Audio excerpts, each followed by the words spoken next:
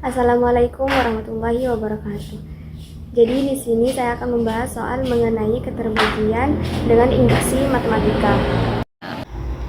Nah, sebelum kita membahas soalnya, terlebih dahulu saya akan membahas apa itu induksi matematika.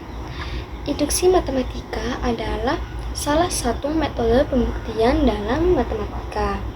Dan secara umum, induksi matematika adalah metode untuk membuktikan bahwa suatu sifat yang didefinisikan pada bilangan n adalah bernilai benar untuk semua nilai n yang lebih besar atau sama dengan sebuah bilangan asli tertentu.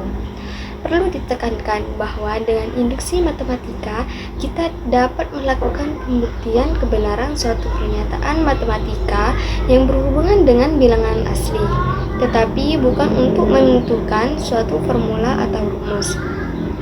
Nah, sekarang prinsip induksi matematika. Misalkan Pn adalah sifat yang didefinisikan untuk suatu bilangan asli n, dan misalkan pula A merupakan bilangan asli tertentu. Andaikan dua pernyataan berikut benar. Yang pertama, Pa bernilai benar.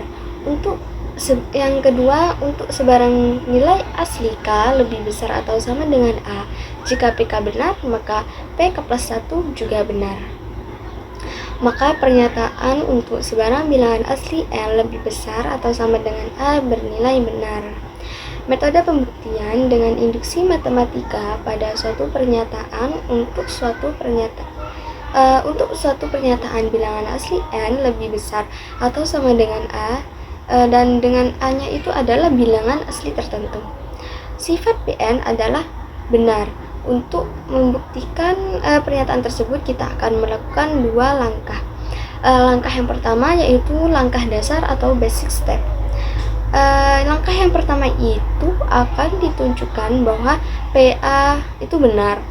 Dan yang langkah kedua itu langkah induktif atau inductive step. Langkah yang kedua ini akan ditunjukkan bahwa untuk sebarang bilangan asli K lebih besar atau sama dengan A, dan dengan A-nya itu adalah bilangan asli tertentu.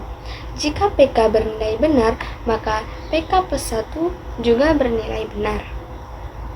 Nah, pada proses pembuktian dengan prinsip induksi matematika, langkah awal tidak selalu dipilih untuk n sama dengan 1, n sama dengan 2, atau n sama dengan 3. Tetapi dapat dipilih sebarang nilai n sedemikian sehingga dapat mempermudah supaya proses langkah awal dipenuhi. Selanjutnya, yang ditentukan pada langkah awal merupakan modal untuk langkah induksi. Artinya, jika P1 benar, maka P2 benar. Jika P2 benar, maka P3 juga benar. Demikian seterusnya, hingga disimpulkan PK benar. Dengan menggunakan PK benar, maka akan ditunjukkan P K plus 1 benar. Jika Pn memenuhi kedua prinsip induksi matematika, maka pernyataan matematis Pn terbukti benar. Jika salah satu dari kedua prinsip tidak dipenuhi, maka pernyataan matematis Pn salah. Perhatikan bahwa pada langkah induktif kita tidak melakukan bahwa PK benar. Kita hanya menunjukkan bahwa jika PK benar, maka PK plus 1 juga benar. Nah, sesuai dengan soal yang saya akan bahas yaitu penerapan induksi matematika pada keterbagian. Sebelum kita mengkaji lebih jauh tentang penerapan induksi matematika pada keterbagian, perlu ditegaskan bahwa keterbagian dalam hal ini yaitu habis dibagi, bukan hanya dapat dibagi.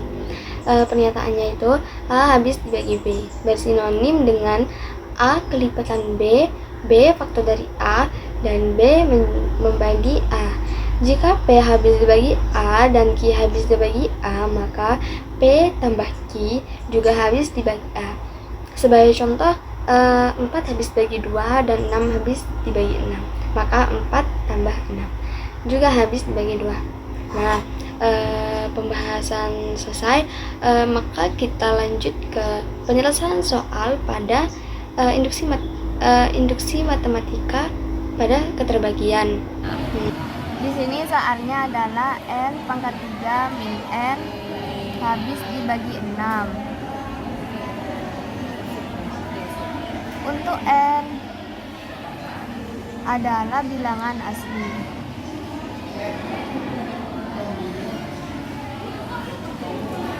Yang pertama, misalkan Pn-nya di sini adalah Pn sama dengan N pangkat 3 min N.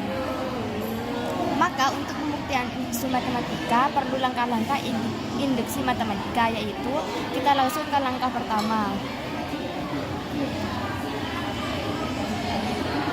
Langkah pertama dinamakan pembuktian dasar.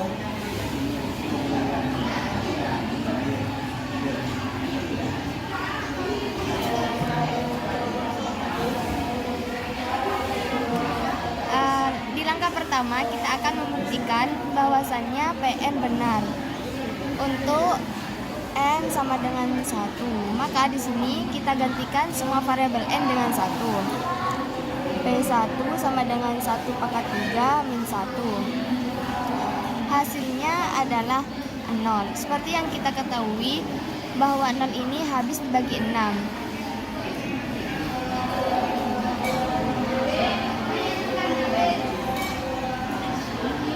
Sehingga kita memperoleh kesimpulan P1 benar. Langkah kedua dinamakan pembuktian induksi.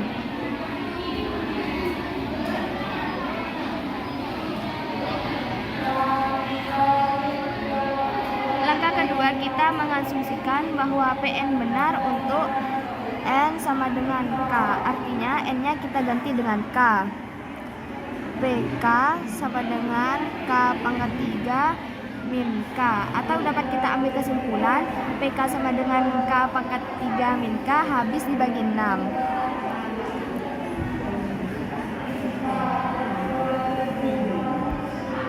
Atau K pangkat 3 min K sebuah bilangan yang kelipatan dari 6. Kita sudah asumsikan Pn benar untuk N sama dengan K.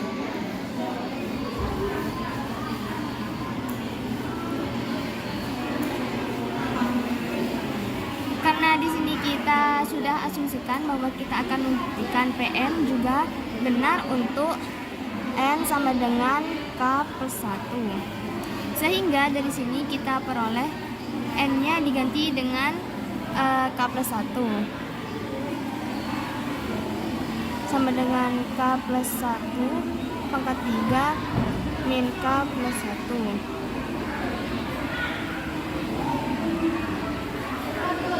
Kita ketahui K plus 1 pangkat 3 ini jika dikeluarkan maka menjadi K plus 1 buka kurung K plus 1 pangkat 2 min 1.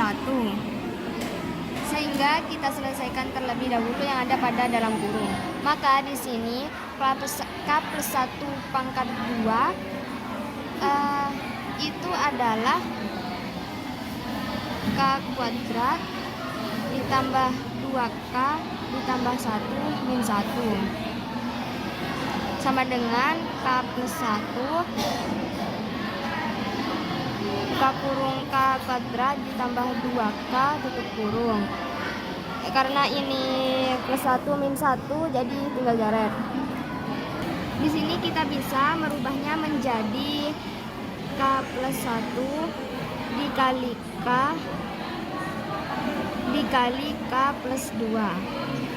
Dan dapat kita peroleh kesimpulan K dikali K plus 1 dikali K plus 2 itu merupakan 3 bilangan asli berurutan, di mana kita bisa tuliskan untuk K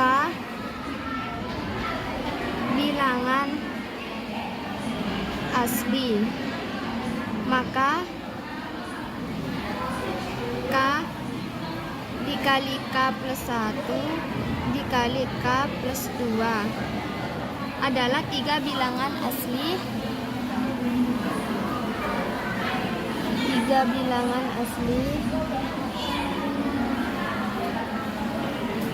berurutan.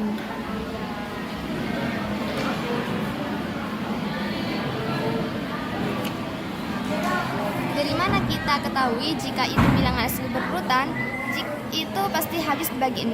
Maka kita ambil kesimpulan bahwasanya K plus 1 dikali K plus 1 dikali K plus 2 merupakan bilangan yang habis dibagi 6. Sekian pembahasan dari saya. Kurang lebihnya mohon maaf. Wassalamualaikum warahmatullahi wabarakatuh.